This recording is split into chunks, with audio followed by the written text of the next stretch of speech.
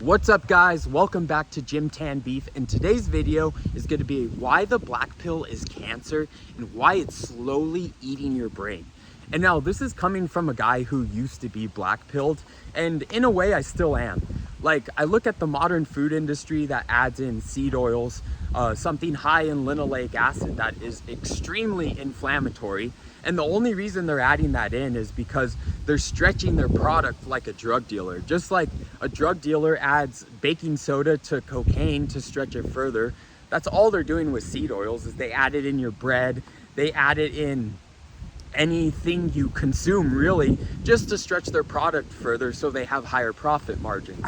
And now that's in cooperation with the government, who signed a blue light bill into law. Obama did this, I don't know when, but they replaced all incandescent light bulbs with blue light, and blue light is highly inflammatory, and you mix that with the seed oils, and then no shit, you're gonna see a spike in chronic disease. And then you mix that with the modern medical system and the pharmaceutical system.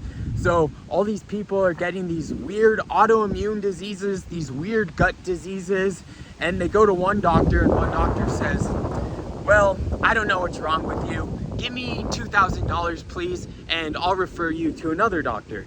You go to another doctor. That doctor goes, I don't know what's wrong with you. $2,000, I'll refer you to another doctor. Then you go to another doctor. They end up just putting you on a medication. So then you're reliant on the rest of your life on a medication. You're not really getting any better. You're just really curtailing the symptoms. But then you're hooked on a medication for the rest of your life just to feel a little bit better. And you can't tell me that this wasn't done all in cooperation. Like, it's just too perfect. It makes too much sense. So I'm black pilled in that sense.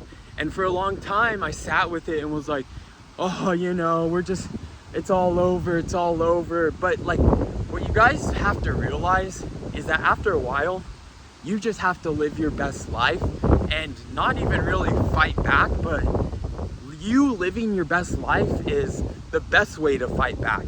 Because yeah, these corporations, they're slowly killing us and making money off of it. But how you win is to not play into that system. So you have to fight back through your own life and through your own actions. And then if you raise a family that's able to fight back against that, you have kids and you teach them these lessons early, that's how we fight back. Like, no amount of protesting, no amount of voting is gonna take care of it. And I voted for Trump. Like, I thought it was gonna be different. Him and RFK, they were gonna make America healthy again. Guys, the sad reality is the mRNA vaccine just got approved for kids 6 months and older under RFK. Apparently he fired that person, but still, why is it getting approved in general? And then they said they'd get fluoride out of the drinking water. Well, guess what? That just went to the Supreme Court, and then the Trump administration backed out on taking fluoride out of our drinking water. So it doesn't really matter, guys. No matter who's in office, no one's coming to save us. We have to be there to save ourselves. And let me give you some backstory about kind of like how I came to this realization, like being especially black pilled for probably about a year. Like, and that just led to a depression, and it led to my health spiraling out of control too. Like, this is how fat I was when I was black pilled. And it's really because black pill gives you a sense of helplessness, and it allows you to play the victim. I know, like, a lot of you black pillers, you're more on the right than I would say the left. But how does like being black pilled different than being like a liberal, complaining about everything in your life? Like, oh, well, I didn't get this job because I'm a woman. I didn't get this job because I'm a minority. I didn't get this job because I'm a man. Like, there's being black pilled is the exact same thing. Like, when you say that, oh, well, I didn't get this job because they don't want me to get this job, or my life sucks because they want my life to suck. Guys, that's just the reality of the situation. And like, what I came to the conclusion of is, after being like black pilled for a whole year is being black pilled didn't make my life any better. It actually made it worse because it made me get depressed. I lost my work ethic, I lost my drive, and I was a realtor too. So I needed a drive in order to make money because it was a commission-based job. So if I wasn't making sales, then I wasn't making money. So it hurt my income. It put stress on me and my wife because I wasn't making sales. And then you just have to realize that, like, when you actually accept the rules that are dealt to you, that's when you're going to succeed. So look at it this way, guys. When you are born into this world, imagine you're born into a Monopoly game, and the Monopoly game rules are set. That's how it's exactly like in this life. Like, when you're born into this life, the rules are set. Like, there's powers that be that are always going to be above you, and they're always going to be fighting against you. In fact, if you guys are religious, if you read the Bible, Jesus literally says in the Bible that Satan is the Lord of this world.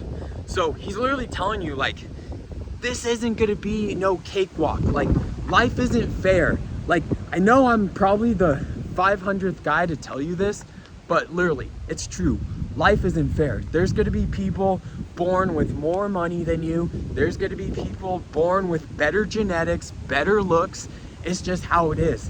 But it's how your mentality is when you go out and decide to fight it. So, like, look, I'll show you this when I was black pilled again. Look, I was fat. Look at my face, how chubby it was. But like this, I would say I'm golden pilled now. Like, I'm grateful that I'm here. I'm grateful for my life. I'm grateful that Jesus gave me a life and a chance to fight. Like, honestly, think about this. Think if you weren't fighting every day. Think if you weren't able to fight against all these evil forces. Like, how fucking boring would your life be? Like, and you should take it as a challenge, because really, when I'm raising my kids, I already know my kids are going to be 10 times more Chadley than any other kid out there, because I'm going to feed my kids meat. I'm going to make sure they're eating eggs. I'm going to make sure they're working out. I'm going to make sure they're out in the sun getting a tan. And that way, they're going to fly past their peers. Like, you have all these basic soy boys. You think they're going to raise manly kids? No, they're going to feed their kids the standard American diet.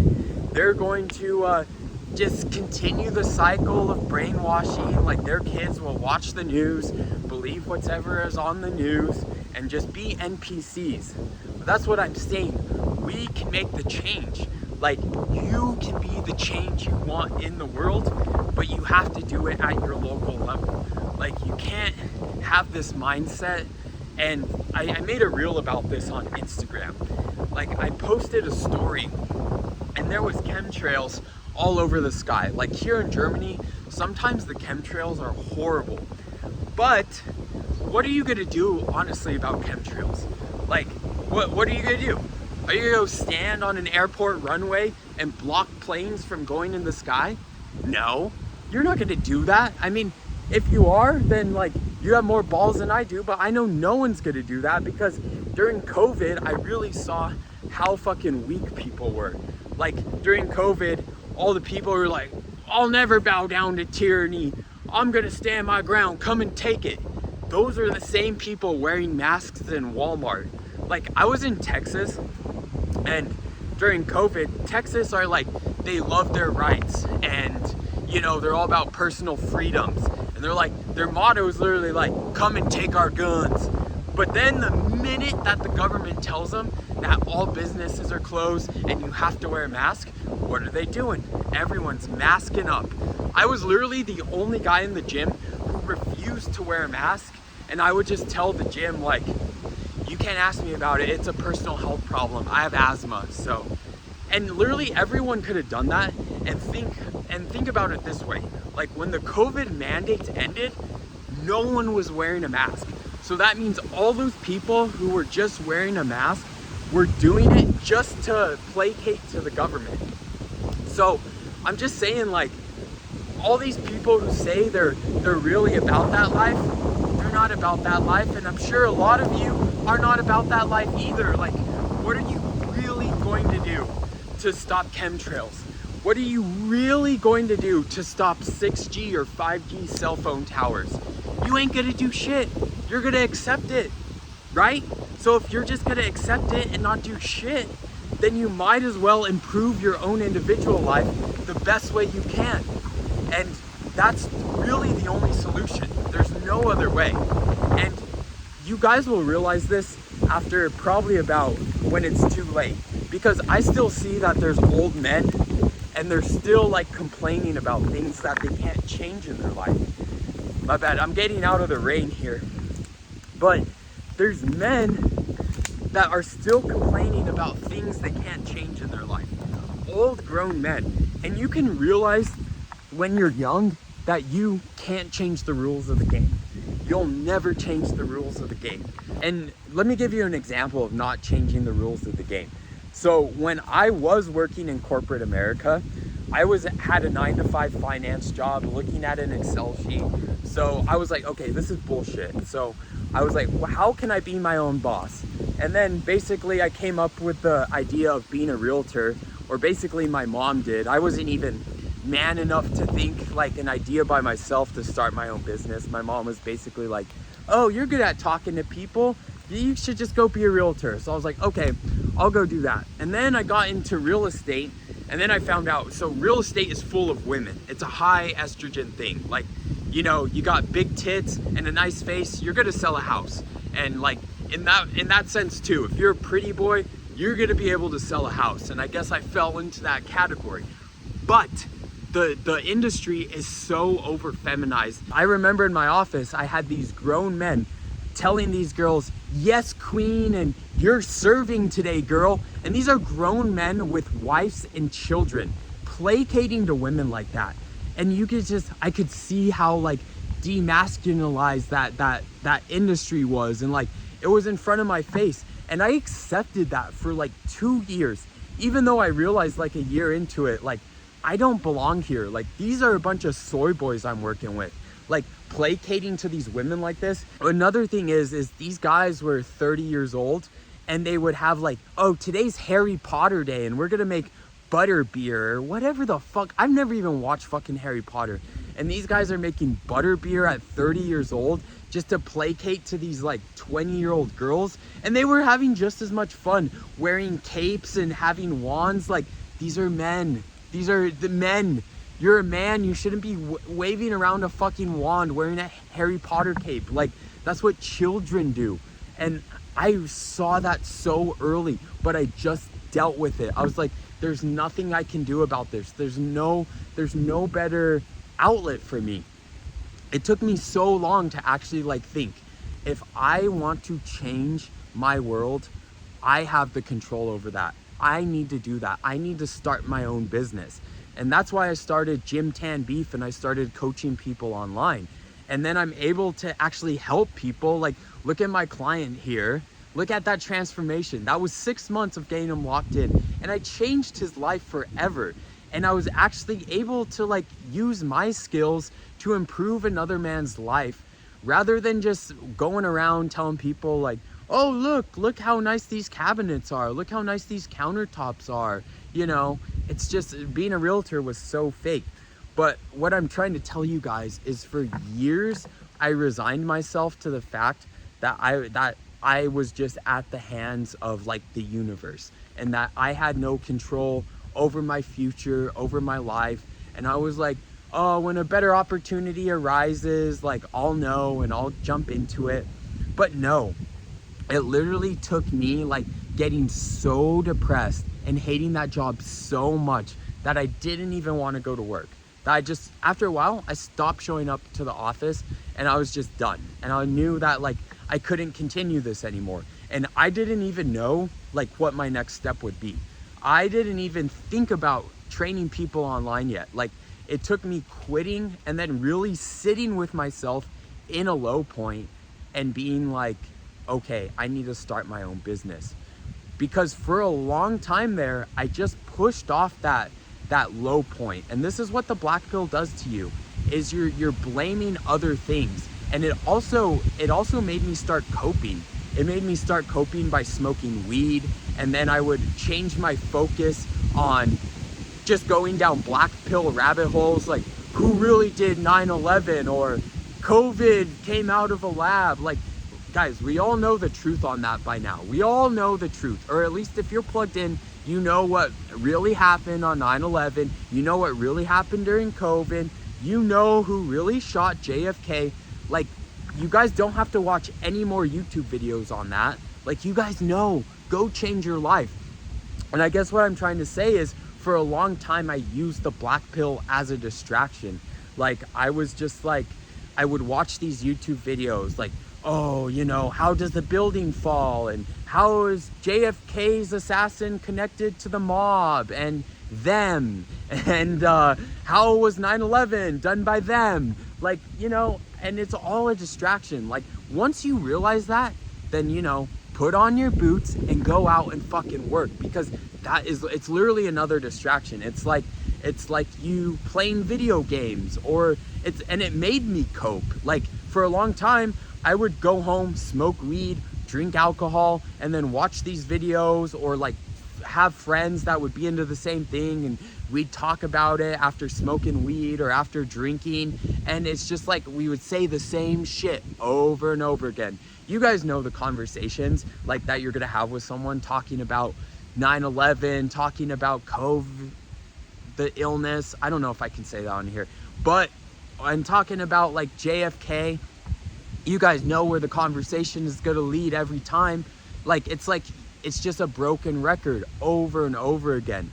So you guys really, really just need to get out there and take action. And that's what's so wrong with the black pill, is it leads you to this doom and gloom. And I get it, guys. I know for young men, it's hard for you guys to find a job right now. It's hard for you to find a wife. It's hard for you to fucking move out of your parents' house. Like, I get it. I pay rent. I know what rent prices are at.